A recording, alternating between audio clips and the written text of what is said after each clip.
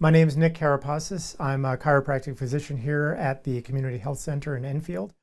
Patients will come to me with chronic pain issues and acute pain issues from anywhere in the body, from the feet all the way up to the top of the head.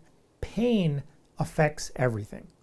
And if you're in pain, it affects your sleep. If you're not sleeping, it affects your energy. If it's affecting your energy, it affects your life, your work, your relationships, your friends, and you go into a spiral of just not feeling good, not behaving well, and it just overtakes your life.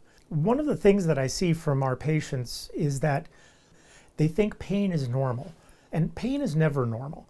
If something's not moving the way it's supposed to or doesn't feel right and it doesn't go away within a day or two, the answer isn't to just put it aside and try to keep going. Ideally, what you want to do is get on top of it as soon as you can. Before you have to take medicine to suppress the pain, before you have to get referred for a surgical option, coming in and getting assessed and finding out what the root cause is for your pain, what the problems are, and how to really take care of it yourself is the right way to go.